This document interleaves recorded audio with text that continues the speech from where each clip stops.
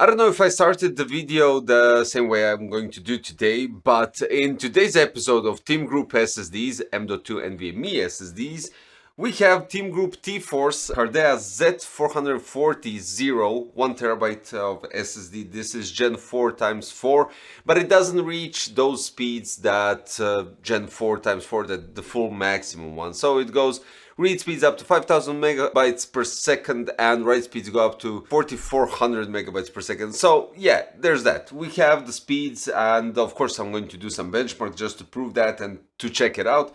But let's check out some detailed specs about it, because we have a graphene heat dissipator, which is basically a sticker, and compared to Z540 that you get it separately, so you have to attach it by yourself, this one is already pre-applied, so you don't have to worry about that, which is in some sense kind of cool. And the one thing that you don't have to worry is placing it on your motherboard and using the motherboard heatsink, because it's not that thick. And actually, yeah, I'm checking this out. This is a double-sided SSD. So we have something interesting as well, which I didn't expect from a 1TB SSD to be on both sides. Regardless of that, it fits regular motherboard, regular heatsinks that arrive with the motherboard, so it will cool. Yeah, there's that.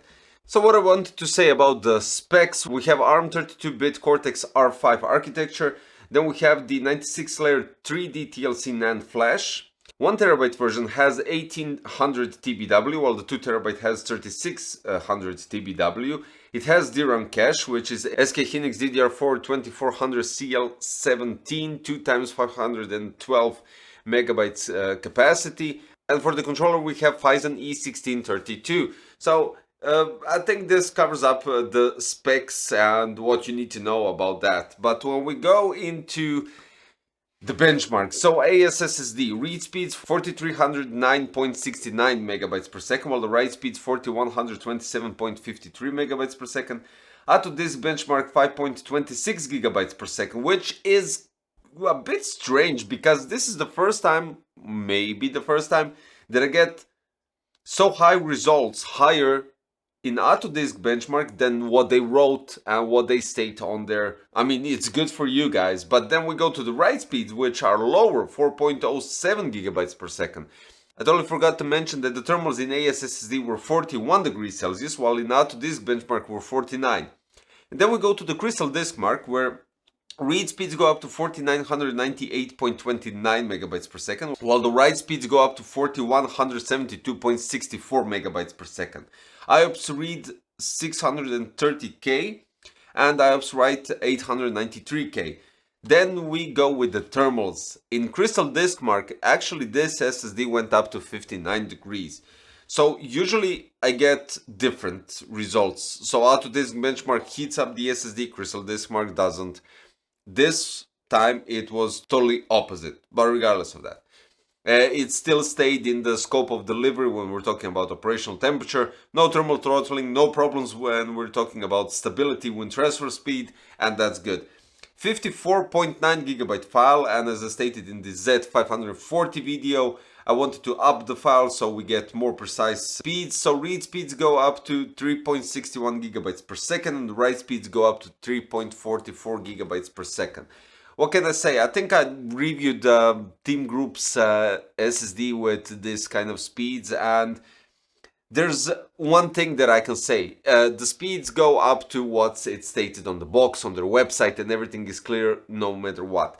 The thing is, they don't push the limits on these SSDs, so they don't heat up, and they really keep the performance there, so you don't have to worry about it.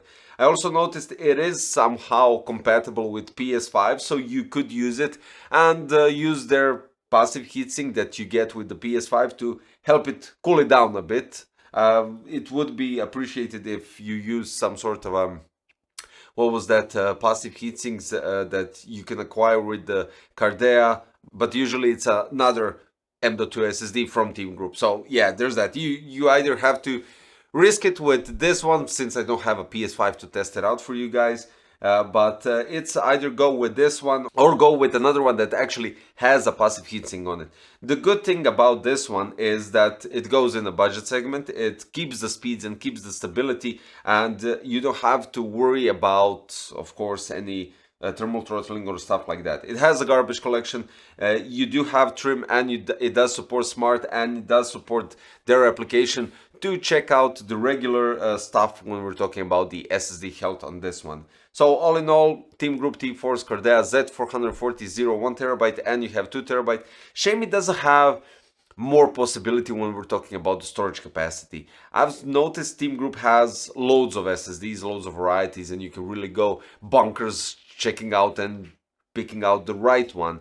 But when we take into consideration that they usually either have 500, 1TB, 2TB, and eventually 4TB, I would really expand all of them.